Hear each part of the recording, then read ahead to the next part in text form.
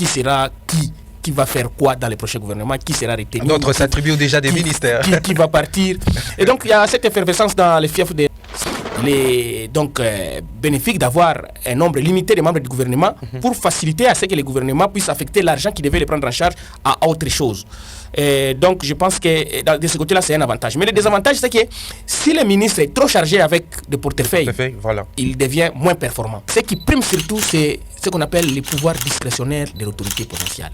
Okay. Madame le gouverneur a le droit de se décider, c'est elle qui forme le gouvernement. Bien sûr que dans la Constitution, on a déjà prescrit sur base de quoi elle va organiser ou bien elle doit créer son gouvernement, elle doit composer son gouvernement. Sur base de la loi.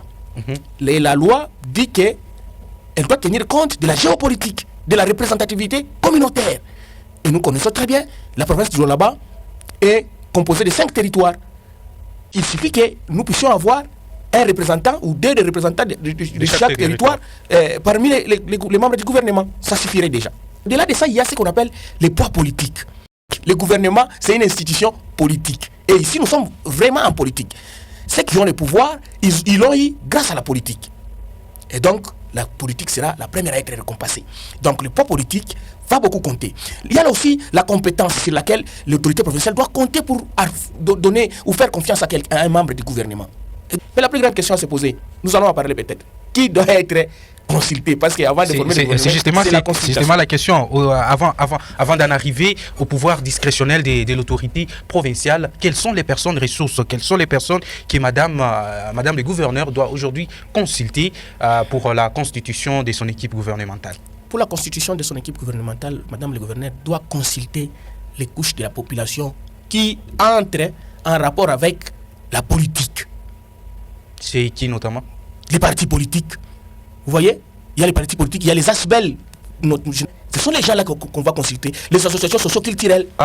Quelque chose peut-être pour clore cet entretien avec vous sur votre point de vue par rapport à l'équipe gouvernementale, la toute première sous l'ère Fifi Masuka Saini au Lualaba.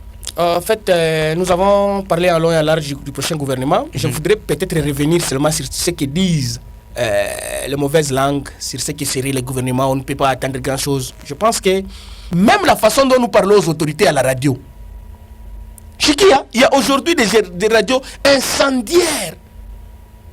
La radio a pour objectif d'éduquer la population. Quand j'ai une radio, il a cultiver haine dans les fiefs de la population. Tout à fait. Le gouvernement qui va venir, ça ne sera pas un gouvernement qui va tomber du ciel. Ça ne sera pas un gouvernement qui aura déjà tous les moyens pour faire. Le gouvernement aura des moyens de la population. C'est la population qui va donner les moyens au gouvernement pour que le gouvernement puisse travailler. Le gouvernement puisse travailler. C'est un peu ça. Nous sommes contents d'avoir à la tête d'une province une dame qui a pu gérer pendant 3 ans sans être reprochée de détournement financier. Nous sommes aujourd'hui heureux de savoir que nous allons droit vers la sortie d'un gouvernement qui sera responsable et qui va devoir répondre aux attentes de la population.